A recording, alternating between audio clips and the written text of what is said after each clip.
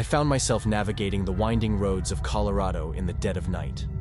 It was around 1 a.m., and I decided to make a pit stop in Tabernash for gas and a quick snack. After refueling, I got back on the road.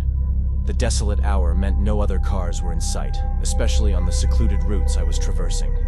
Despite adhering to the speed limit, late at night, tired, and always cautious of potential hidden cops, I suddenly noticed flashing lights in my rearview mirror. I pulled over, checking my speed, which was barely 2 mph over the limit. Yet, I complied and moved to the side. As the vehicle behind me came to a halt, I felt a sense of unjustified apprehension. I had never been pulled over before, always a careful and prudent driver. The thought of being stopped by a stranger posing as a cop sent shivers down my spine.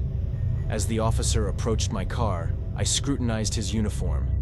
It was all black with a black vest resembling a police vest, but it lacked any police markings. His badge also read, Criminal Task Force.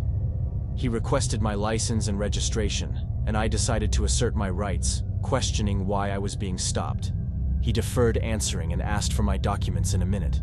I expressed my reluctance, stating that I wasn't speeding, swerving, and all my taillights were intact. I didn't want to hand over my license without a valid reason. His uniform raised suspicions. It was all black with a vest resembling a police vest, but the vest and badge lacked any police markings. He insisted on my documents, but I held my ground, asking if he was a real cop. He claimed to be part of the undercover unit. I requested his badge number, and he refused, stating he didn't have to provide it. Noticing his red and white lights and the lack of blue, I grew more skeptical. Things took an unsettling turn when he asked me to step out of the car. I, respectfully, declined, insisting on waiting for a supervisor before cooperating. His demeanor escalated, demanding I exit the vehicle.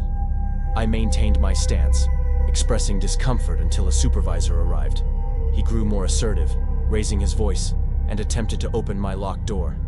I pushed his hands away, started the car, and put it in drive. As I sped away, he shouted to stop. My heart raced, praying my intuition was right. Otherwise, I could be headed to jail. Simultaneously, I hoped I was right, and this man was an impersonator. The adrenaline rush was both terrifying and exhilarating. The realization that I was chased by someone I believed to be a fake cop hit me. I called 911, detailing the situation. The refusal to provide a badge number, the unmarked car, and the lack of police markings on his uniform. The operator directed me to the nearest police station, Fraser Winter Park Police Department, dispatching an officer to meet me there.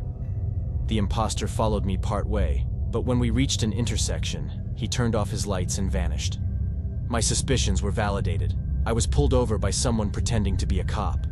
Grateful for trusting my instincts, I reached the police station, where an officer took down all the details. After a few minutes, I was on my way. The experience left a lasting impact, emphasizing the importance of intuition and caution in such situations.